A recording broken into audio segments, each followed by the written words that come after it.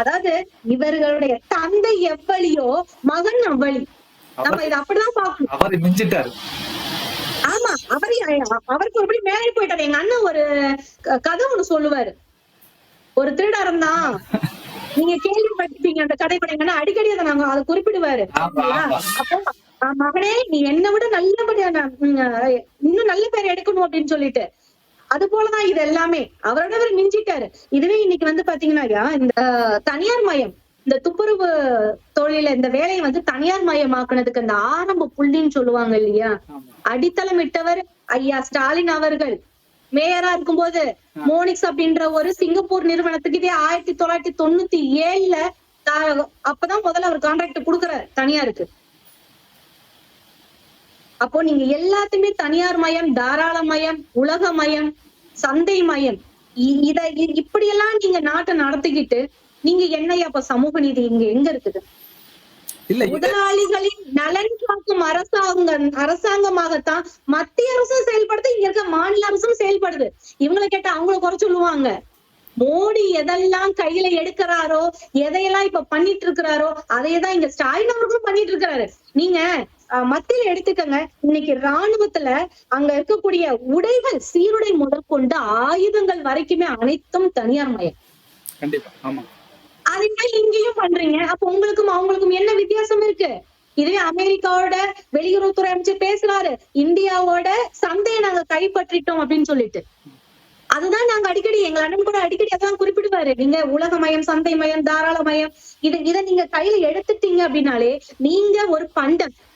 நீங்களும் நானும் இங்க இருக்கக்கூடிய மனிதர்கள் மட்டும் அல்ல ஐயா, இங்க இருக்கக்கூடிய ஒவ்வொரு உயிரினமும் சரி, அதாவது உயிர் உள்ளவை உயிர் அற்றவை அனைத்துமே பாத்தீங்கன்னா பண்டம் தான், விற்பனை பொருட்கள். ஆமா, எல்லாமே விற்பனை பொருட்கள் தான். நம்மள பார்க்கும்போது ஒரு மனுஷனா பார்க்க மாட்டான், ஒரு பண்டமா தான் பார்ப்பான். அப்படித்தானே நீங்களும் பாத்தீங்க? அப்படி பார்த்துதான் கிட்னி வந்துருக்கீங்க. நீங்க இங்க ஒரு பண்டமா பார்த்து கிட்னி வரைக்கும் திருட்டு இருக்கீங்க. அப்புறம் உங்களுக்கு என்ன வித்தியாசம் இருக்கு? இதுல வேற இவங்க சொல்லிடுவாங்க திருட்டுன்னு சொல்லக்கூடாது.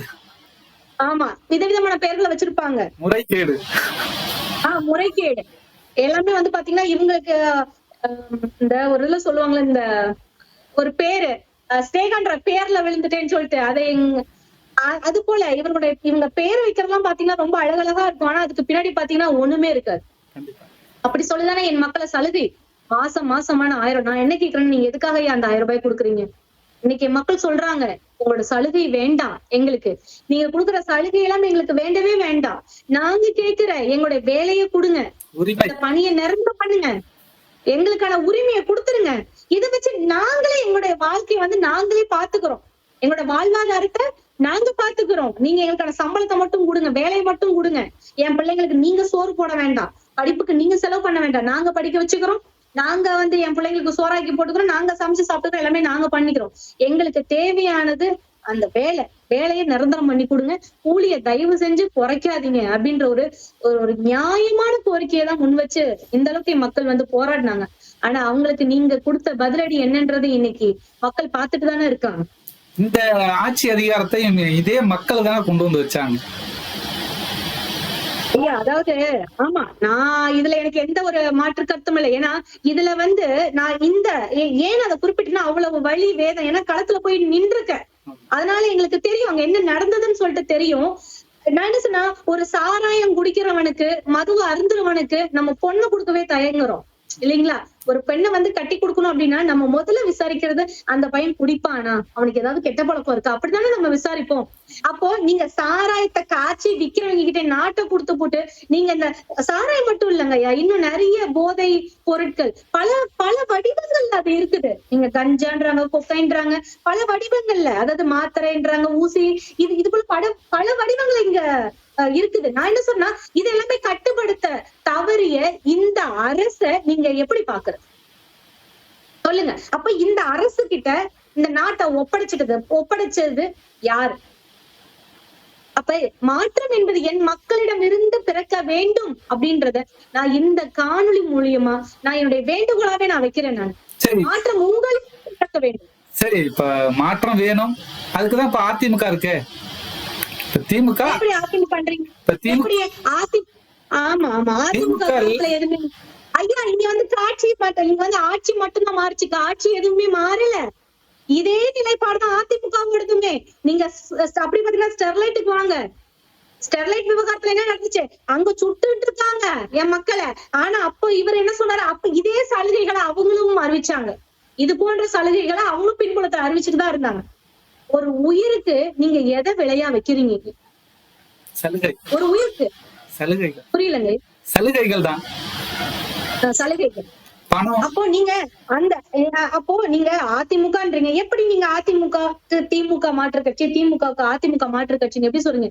இவர்கள் இருவர் மட்டுமல்ல, நான் குறிப்பிட நான் வந்து தொடர்ந்து குறிப்பிடுறது இது ஒன்றைதான். அதிமுகவா இருக்கட்டும், டிஎம்கே, திமுகவா இருக்கட்டும், காங்கிரஸா இருக்கட்டும், பிஜேபி, இவங்க எல்லாமே ஒண்ணுக்குள்ள ஒண்ணுதான். என்ன அதிமுக வந்து பிஜேபியை வந்துட்டு முன்வாசல திறந்து உள்ள விடுது, திமுக பின்வாசல திறந்து உள்ள விடுது. ஏன்னா முன்வாசல் வழியா வரணும் கூட கொஞ்சம் தாமதம் ஆகும், ஏன்னா எல்லாரையும் ஃபேஸ் பண்ணிட்டு வந்து. பின்வாசல்னா கொஞ்சம் வேகமா வந்துடலாம், எளிமையா வந்துடலாம். அதனால பின்வாசல் வழியா உள்ள விட்டுருக்காங்க. நான் என்ன குறிப்பிடுறேன் அப்படின்னா, நீங்க இன்னொன்னு மிக முக்கியமான ஒரு விடயம் என்ன அப்படின்னா, நீங்க இப்போ மத்த மாநிலத்துல நடக்கக்கூடிய ஒரு ஒரு அரசியல் போல நீங்க தமிழ்நாட்டை வந்து அந்த பார்வையில பார்க்கவே முடியாது. ஏன்னா மத்த மாநிலத்துல அந்தந்த மண்ணை சேர்ந்தவங்க தான் அந்தந்த மண்ணை ஆண்டுட்டு இருக்காங்க. ஆனா தமிழ்நாட்டை பொறுத்த வரைக்கும் அப்படி கிடையாது இல்லைங்களா? இவங்க என்ன பண்றாங்கன்னா, இப்ப பிஜேபியோட நிலைப்பாடு என்னவா இருக்குதுன்னா, ஹிந்தியை வந்து நீ திணிச்சாதானே நீ போராடுற, நான் ஹிந்திக்காரனே திணிக்கிறேன், நான் என் மக்களை நான் அனுப்புறேன். அப்போ அதுக்கு இவங்க எந்த வழியில இவங்க அவங்களுக்கு உதவி செஞ்சுட்டு இருக்காங்க அப்படின்னா, அதுக்குதான் இந்த அரசாங்கம் வந்து மதுவை விட மாட்டேங்கிற. பின்ன என்ன காரணம் நீங்க நினைக்கிறீங்க? ஒண்ணு வருமானம், சரிங்களா? நான் என்ன கேட்கிறேன், வருமானம்ன்றது தற்சார்பு பொருளாதாரத்தை விடவா இந்த மதுவுல வருமானம் வந்துட போகுது? எங்க அண்ணன் குறிப்பிடுவது போல நீங்க பால் ஒண்ணு மட்டும் எடுத்துக்கோங்களேன் இல்லைங்களா? அப்ப நீங்க இந்த மதுவை மட்டுமே குடிச்சு தொங்கிட்டு இருக்கீங்க அப்படின்னா, அதுல மிக முக்கியமான காரணம் என்னவா இருக்குது அப்படின்னா, நீங்க இங்க இந்த மதுவை வந்து போதைப் பொருட்களை வந்து இந்த அளவுக்கு வந்துட்டு நீங்க இப்ப நடைமுறை இந்த புழக்கத்துல விட்டுருக்கீங்க. என் மக்களை, என் தலைமுறை பிள்ளைகளை, என் அப்பா வயது சார்ந்தவர்களை, இளைய வரும் தலைமுறைக்கு பாத்தீங்களா? ஐயா ஒரு காணொலி பார்த்தேன் நானு, அந்த குழந்தைக்கு பாத்தீங்கன்னா ஒரு 6 to 7 வயதுதான் இருக்கு, ஒரு சின்ன பையன் சாராயத்தை பாக்கெட்ல வாங்கி குடிச்சு போட்டு தள்ளாடுறான். ஐயா இதை நீங்க எப்படி பாக்குறீங்க? அப்ப என் தமிழ் இனத்தை, என் சமூகத்தை நீங்க என்ன பண்றீங்க? போதைக்கு, மதுவுக்கு, திரை கவர்ச்சிக்கு அடிமையாக்கி மழுங்கடிச்சு விட்டுட்டு நீங்க இன்னைக்கு மக்களுடைய ஆற்றல் அப்படின்னு ஒண்ணு தேவைப்படுது இல்லைங்களா? நாட்டு வந்து நம்ம மக்களுடைய ஆற்றல் தேவைப்படுது. வேலை செஞ்சு நீங்க பொருளாதாரத்தை உயர்த்துக்கு மக்கள் ஆற்றல் ஒண்ணு தேவைப்படுது. நீங்க என்ன சொல்றீங்கன்னா, என் மக்கள் எல்லாத்தையுமே குடிக்க வச்சு அவனை வேலைக்கே போக விடாத அளவுக்கு மழுங்கையாக்கி, போதைக்கு அடிமையாக்கி நீங்க அவனை ஒரு ஓரமா படுக்க வச்சுட்டீங்க. அப்போ இது வெற்றிடமா தானே இருக்கு, அந்த வெற்றிடம் அப்படியேதான் இருக்கு. அப்ப இந்த வெற்றிடத்தை நீங்க என்ன பண்றீங்க அப்படின்னா, நீங்க வடக்கர்களை கூட்டிட்டு வந்து இங்க உள்ள ஃபுல்லாவே நீங்க என்ன நிரப்பிக்கிறீங்க. நான் என்ன சொல்றேன், நீங்க வந்து நீங்க சர்வே எடுங்க, நீங்க ஒரு ஆய்வு எடுங்க, நீங்க ஒவ்வொரு வீட்டுல எத்தனை ஓட்டு இருக்குன்னு நீங்க ஆய்வு நோட்டை தூக்கிட்டு போறீங்கல்ல, நீங்க ஆய்வு பண்றீங்க இல்லையா? அதே மாதிரி இந்த வருடம் வந்து டாஸ்மார்க்ல எவ்வளவு சேல்ஸ் ஆயிருக்குன்ற அந்த டீட்டெயிலாம் எடுக்கிறீங்கல்ல. அதுக்குள்ள நான் என்ன குறிப்பிட்டேன்னா, நீங்க வந்து ஒவ்வொரு தனியார் தொழிற்சாலையெல்லாம் இருக்கு பாத்தீங்களா, கம்பெனியா இருக்கட்டும், எல்லா ஃபேக்டரியா இருக்கட்டும், நீங்க எல்லா இடத்துலயுமே போய் ஒரு ஆய்வு நடத்துங்க. அங்க வேலை பார்க்கக்கூடிய நபர்கள் யாருன்றது உங்களுக்கு தெரியும். நீங்க ஒரு கூலி தொழிலாளியில இருந்து அந்த உயர் பொறுப்புன்னு சொல்லுவாங்க பாத்தீங்களா, அது வரைக்குமே நீங்க கணக்கெடுங்க ஐயா. அப்ப தெரிஞ்சு போயிரும் ஐயா, நீங்க என்ன பண்ணி வச்சிருக்கீங்க, இந்த நாட்டையும் என் மக்களையும் நீங்க என்ன பண்ணி வச்சிருக்கீங்கன்றது அப்பட்டமாவே தெரிஞ்சிடும். நீங்க கணக்கெடுங்களேன். அப்போ பின்வாசல் வழியா விடுறது யாரு?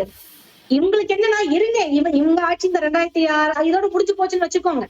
அப்ப நாங்க போறதுக்குள்ளார எப்படியாவது நாங்க பிஜேபி வந்து உள்ள விட்டுட்டு போகாம விட மாட்டோம் அப்படின்னு. ஏன்னா இத ஏன் நான் குறிப்பிடுறேன் அப்படின்னா, இன்னைக்கு இங்க 6.5 லட்சம் பேருக்கு நீங்க வந்து வாக்குரிமை கொடுத்துருக்கீங்க. இத இன்னைக்கு இல்ல, எங்கள் அண்ணன் மட்டும்தான், எங்கள் அண்ணன் செந்தமிழர் சீமான் மட்டும்தான் ஆரம்ப காலத்துல இருந்தே சொல்லிட்டு இருக்கிறாரு, நம்ம ஒரு மிகப்பெரிய ஆபத்துல இருக்கிறோம், விழிச்சுக்கோங்க அப்படின்னு ஒவ்வொரு மேடைக்கு மேடை சொன்னது எங்களுடைய அண்ணன் சீமான் மட்டும்தான். இல்லைங்களா? இன்னைக்கு நீங்க 6.5 லட்சம் பேருக்கு பீகார்ல இருந்து வந்தவங்களுக்கு நீங்க வாக்குரிமை கொடுத்திருக்கிறீங்களே, அந்த 6.5 லட்சம் அப்படின்றது பாத்தீங்கன்னா கிட்டத்தட்ட 8ல இருந்து 9% வாக்கு இல்லைங்களா? நீங்க பீகார்ல இருந்து மட்டும் இல்ல, நீங்க அப்படியே போங்களேன், மத்திய பிரதேஷ் போங்க, உத்தரப்பிரதேசம் போங்க, ஒடிசா போங்க, ஜார்க்கண்ட் போங்க, அப்புறம் கல்கத்தால இது எல்லாம் இந்த மாநிலங்கள்ல இருந்தெல்லாம் வரக்கூடிய நபர்களை நீங்க கணக்கெடுங்களேன். குறைந்தபட்சம் 2 கோடி பேர் இங்க இருக்காங்க ஐயா. நீங்க இவங்க அத்தனை பேருக்கும் நீங்க வாக்குரிமை கொடுத்துட்டீங்கன்னா என்ன ஆகும்? அதாவது தமிழ் ஈழத்துல அங்க தாயகத்துல என்ன நடந்துச்சோ, எப்படி வந்து அந்நியர்களோட அந்த ஒரு வருகை அதிகமா இருந்ததுனால இன்னைக்கு எம்மக்களை வெளியேத்துனாங்க, கொண்டு கூச்சாங்க. அதே நிலைமை இங்கேயும் வரும். எழுதி வச்சுக்கோங்க, வரும். அதே நிலை தொடர்ந்தால் வரும். கரெக்டும். அதனால என்ன இருக்கு, நமக்குதான் சாதி இருக்குல்ல, சாதியை வச்சு நம்ம வாழ்ந்துடலாம், ஒன்னும் பிரச்சனை இல்லை. சாதியை வச்சு ஆமையா, சாதியை வச்சு வாழ்ந்தவங்க வந்து நாங்க பாத்துட்டு இருக்கோமே. இது எல்லாமே நீங்க என்ன நினைக்கிறீங்க? அதாவது இந்த தமிழ்நாட்டை பாத்தீங்கன்னா இந்த இந்தியம், திராவிடம், ஆரியம், சரிங்களா, சர்வதேசம் இப்படின்னு இந்த சாதி மதம் இதெல்லாம் வச்சு கூறு போட்டு வச்சிருக்காங்க. நான் சொல்றது புரியுதுங்களா? என் மக்களையே வந்து நான் குறை சொல்ல மாட்டேன். நானு என் மக்கள் அறியாமையில இருக்காங்க, என் மக்கள் அறியாமையில இருக்காங்க. நீங்க கூறு போட்டு வச்சிருக்கிறீங்க.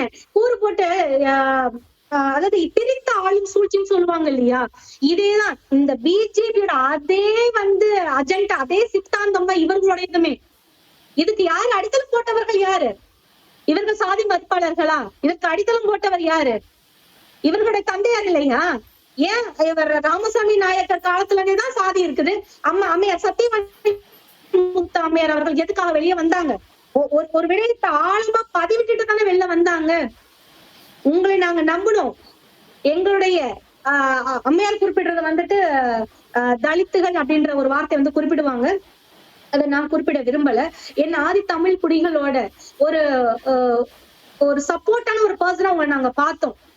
ஆனா நீங்க என் மக்களுக்கு இழைத்தது எல்லாம் துரோகம் அப்படின்னு சொல்லிட்டு தானே வெளில வந்தாங்க. இதே பள்ளம் கரையச்சி ரவிக்க போடுறதுனால துணியோட ஏறி போச்சுன்னு சொன்னது யாரு? அப்ப நீங்க என்ன சாதி மதத்துக்கு நீங்க வந்து எதிராக செயல்பட்டீங்க? சாதி மதத்தை இங்க கொஞ்சம் கொஞ்சமா ஊக்குவிச்சு இந்த அளவுக்கு குறையோடி போச்சே, இதுக்காக நீங்க தானே காரணம். என் முன்னவர்கள்ட்ட எங்கயா இருந்தது சாதி? என்னோட மூவேந்தர்கள் ஆண்ட போது, என்னுடைய முன்னோர்கள் இந்த மண்ணை ஆண்ட வரைக்கும் எங்கயா இருந்தது சாதி? இவர்களுடைய காலகட்டத்துல தான் வருது சாதி படிநிலை. எங்க வருது? 16 இதுவே பாத்தீங்கன்னா ஒரு 600 ஆண்டு காலத்துக்கு முன்பு எங்க இருந்தது? விஜயநகர பேரரசு வருகைக்கு பின்புதானே இது அத்தனையுமே வருது. இப்போ நீங்க சொல்றபடி பார்த்தா விஜயநகர பேரரசு ஆட்சி காலத்துக்கு பிறகு இந்த தமிழர் அல்லாதவர்களோட ஆதிக்கம் தமிழ்நாட்டுல அதிகமாகி அவங்க திட்டமிட்டு சாதிய சிந்தனைகளை இந்த மண்ணில் விதைச்சாங்கிறது சரிதான். அவங்க வந்து ஒரு தொலைநோக்கு திட்டத்தோடு தமிழர்களை மழுங்கடிக்கணுங்கிற அடிப்படையில அதை விதைச்சிருக்காங்க. அதை புரிஞ்சுக்கிற அளவுக்கு கூடயா தமிழர்களுக்கு அறிவு இல்லாம இருக்கு? நீங்க அப்படி குறிப்பிடக்கூடாது. தமிழர்களுக்கு அறிவு இல்லைன்ற மாதிரி எல்லாம் குறிப்பிடக்கூடாது. இல்ல, நான் அதை சொல்லல. இன்னைக்கு நடக்கிற ஆணவ படுகொலைகள் அத வெளிச்சம் போட்டு காட்டுதுல. அதுதான் சொல்றேன். அதுதான் நான் குறிப்பிட்டேன். என்னன்னா என் மக்கள் வந்து நீங்க அந்த அளவுக்கு ஒரு மூளை சலவைன்னு சொல்லுவாங்க இல்லையா, அந்த இன்னொன்னு சொல்லுவாங்க உளவியல் ரீதியா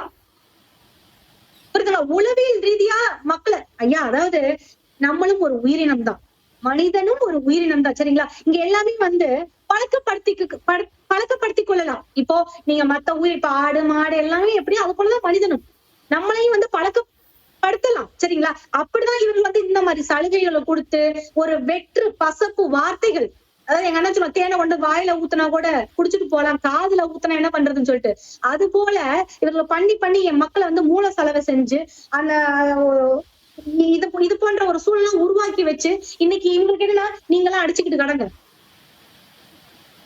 சாதி மதம் சொல்லிட்டு நீங்க உயர்த்த சாதி நான் தாழ்ந்த சாதி நீங்க எல்லாம் அடிச்சுக்கிட்டு வெட்டிக்கிட்டு சாவணும். ஆனா நாங்க அதை வச்சு நாங்க வந்து பிழைப்பு நடத்துறோம். இது பிழைப்பு வர அரசியல் தான் இவங்க பண்றது எல்லாமே, நாங்க அப்படி நடத்திட்டு போறோம். ஆனா இப்ப இதுல என்ன பிரச்சனைன்னு பாத்தீங்கன்னா, இதையெல்லாம் உடைக்க ஒருத்தன் வந்தாச்சு. இன்னைக்கு இவங்களுக்கு எதுக்கு இப்ப நாம் தமிழர் அண்ணன் சீமானா இவங்களுக்கு இவ்வளவு ஒரு இதை நான் வந்து பயமாவே தான் நான் வந்து முன்வைக்கிறேன். உங்களுக்கு இவ்வளவு பயம் வருது. இவ்வளவு நாளா நம்ம எதை அடிப்படையா வச்ச அரசியல் பண்ணி ஆட்சி அதிகாரத்துல உட்கார்ந்து இருந்தோமோ, இன்னைக்கு அந்த அடிப்படை ஆணிக்கரையை அசிச்சு பார்க்க ஒரு நபர் வந்துட்டாரே அப்படின்றதுதான் இவங்களுக்குள்ளார அந்த ஒரு கலக்கம் இல்லைங்களா? அதனால இந்த காலம் மாறும் ஐயா. அதாவது சொல்லுவாங்க இல்லையா, மாற்றம் ஒன்றுதான் மாறாதது. சரிங்களா? என் மக்கள் மாறுவார்கள். அதான் சொல்லுவாங்க, மாறுவது மனம் சேருவது இனம் சொல்லுவாங்க இல்லையா? அது போல என் இனம் ஒரு நாள் இல்ல ஒரு நாள் பாருங்க எல்லாமே ஒன்றிணைஞ்சு வருவாங்க. ரொம்ப நன்றி. உங்களுடைய பொன்னான நேரத்தை ஒதுக்கி இந்த சிறிய வெண்மணி வலைவலிக்கு நேர்காணல் தந்தமைக்கு மிக்க நன்றி. உங்களோட ஆதங்கத்தை முழுமையா நீங்க முன் வச்சிருக்கீங்க. மக்கள்கிட்ட கொண்டு போய் சேர்ப்போம். மக்கள் தான் முடிவெடுக்கணும். ஏன்னா நம்ம என்ன செஞ்சாலும் அடிப்படையில கீழே மக்கள்கிட்ட போய் தான் அது நன்மதிப்பை பெறும். அந்த அடிப்படையில் மக்கள்கிட்ட கொண்டு போவோம். மக்கள் முடிவுகளை தருவார்கள். மிக்க நன்றி. நன்றி நன்றி நன்றி.